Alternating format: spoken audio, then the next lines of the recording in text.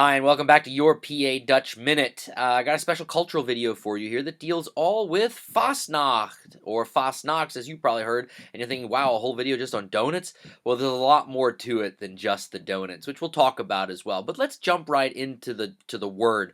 So, depending where you are in Pennsylvania Dutch land, you'll probably hear one or the other of these two words, either Faasnacht or Faaschnacht. And it just depends where you are. But both of those words, most people think are just the donuts that we eat traditionally at that time of year. But actually, the word Faasnacht is referring to the day that we eat those donuts on, which is in English Shrove Tuesday, or the Tuesday before Ash Wednesday. And in Pennsylvania Dutch, the word for Ash Wednesday is Aschermittwoch.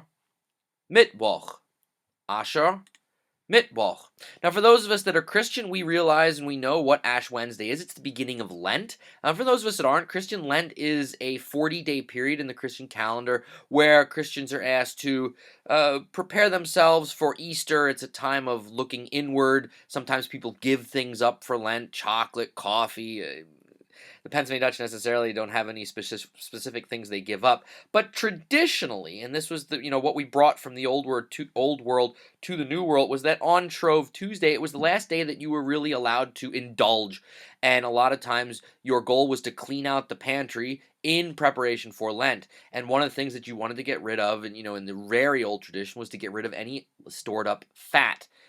Lard that because a lot of tradition says that you would give up meat for Lent and the cooking of meat and other rich and fatty foods, which of course lard, fat, would be used in. So it was a day to get rid of that leftover fat that you had stored up from the winter that you hadn't used yet. And the best way to get rid of it, of course, or to use it up, would be to fry something.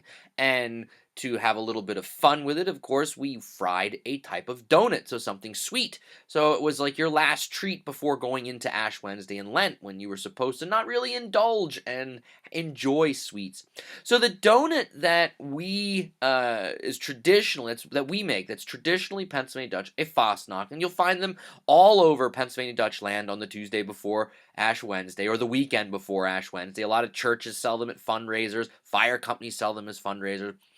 And the donut is unique to us because it's not, don't think like Dunkin' Donuts or, Tasty Cake, powdered sugar donuts. They're unique. They're a potato-based donuts. And I have some pictures here. Every year my family makes Faasnachts. We make homemade Faasnachts following my great-great-grandmother's recipe that's been passed down through the generations.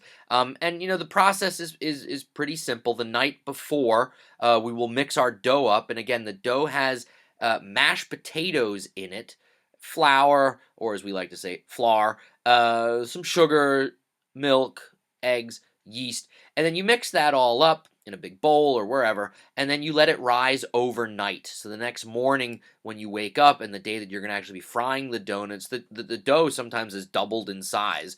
And you get a lot of dough, and as you can see from the pictures, the next thing then would be to roll the dough out as if you were making cookies, and then you cut the Faasnachts into the shape that you want. Now, traditionally, there are two styles. There is the square with 4 corners, or the triangle for 3 corners, and there's meaning behind that as well. The 4-cornered donuts, the square donuts, represent the 4 Gospels: Matthew, Mark, Luke, and John.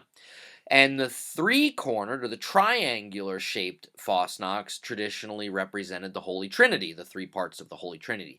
I doubt that most Pennsylvania Dutch know that anymore. That was, an old tradition, again, that we brought from the new country, or from the old country to America. They do not have a hole in the middle, like the typical American-style donut. They're a solid. My family, we usually make the 4-corner ones, the square ones, just because I think it's easier to cut that way, not necessarily because of the meaning behind any of it, although I understand and we appreciate the meaning behind it.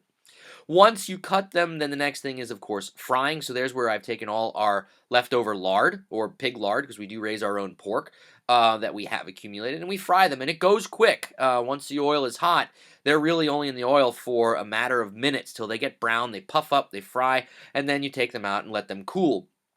From that point on, it's a matter of taste as to how you enjoy your Faasnachts. It depends. Some people will coat them in powdered sugar, which is Good, that's good. But traditionally, and I think what a lot of Pennsylvania Dutch really enjoy, at least the old school Pennsylvania Dutch, me included, is you take the Faasnacht, not sugared, plain, cut them in half, open them up, and then butter the inside, and for good measure, some table syrup. Turkey syrup, it's sometimes called. Schloors is the best, if you can find it. Or molasses. You can use molasses, and you can use maple syrup too, but some kind of sweet syrup like that. You smear that on the inside, you close that Fastnacht back up almost like a sandwich, and you enjoy. And let me tell you something. There is nothing, absolutely nothing in this world like a fresh Fastnacht. And with a cup of coffee, it is heaven on earth. It is one of those foods that, for me, always takes me back instantly. I'm not going to call it a religious experience, but it's damn close. It takes me right back to my childhood, making these with my grandparents, making these with my parents. To me, it says more about our culture and about us than really almost anything we eat. We've talked a lot about food on these videos before, but the Fastnacht is something that is so unique to us. And it has a taste all its own with that potato aspect and having it fried in lard. It's just, yeah, they are not healthy. I'll be the first to admit. You don't want to eat a lot of these. Your arteries will not be happy. However, once a year, and my family only made them once a year. So it was one of those things that you waited almost all year to get. It was special, and you had them on Fat Tuesday, on Shrove Tuesday. And then, Ash Wednesday, traditionally they should be all gone. You should eat them all before Ash Wednesday, because once Ash Wednesday is, then Lent starts and you shouldn't be eating that kind of stuff. Although I'll secretly admit, we usually have some left over and I'll enjoy them throughout the week until they're all. I even freeze some sometime if we have some left over, and I'll pull them out in the fall. Oh, defrost them. You got to eat them pretty quickly, but they're good. I mean, they are delicious. I would challenge you to try and make your own homemade. It's not that difficult. The scariest part is probably frying in the hot oil. As you saw in the pictures, I fry mine out in the garage. I have an exterior burner that I use, which works well, but you can fry them on your stove in your kitchen.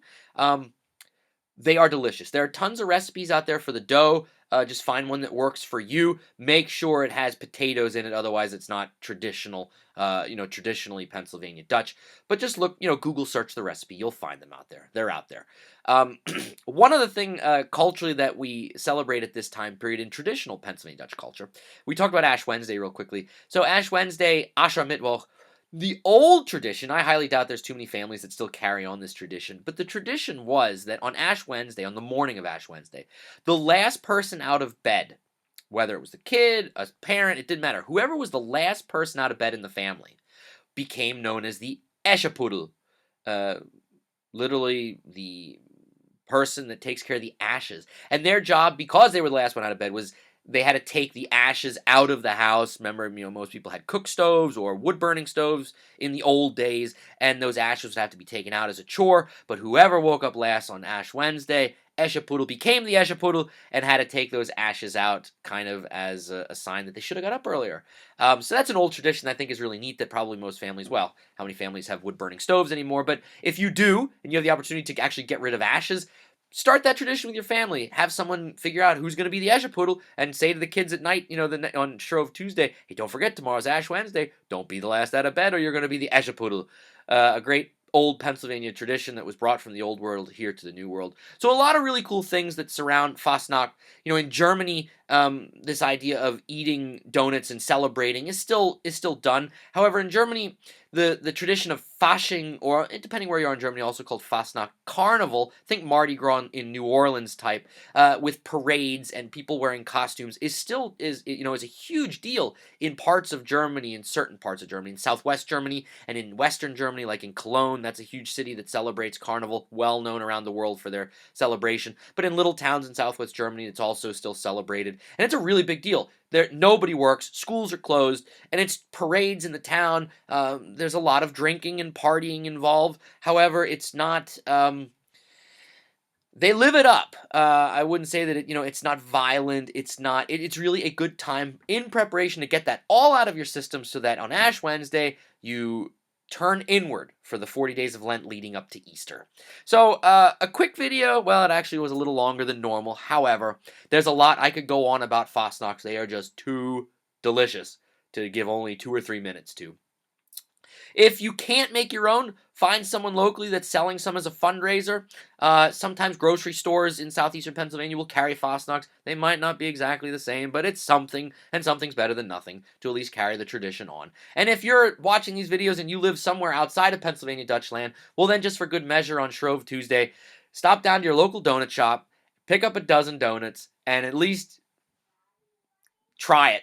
Eat them that way and celebrate your Pennsylvania Dutch heritage with having some kind of donut on Faasnacht Shrove Tuesday.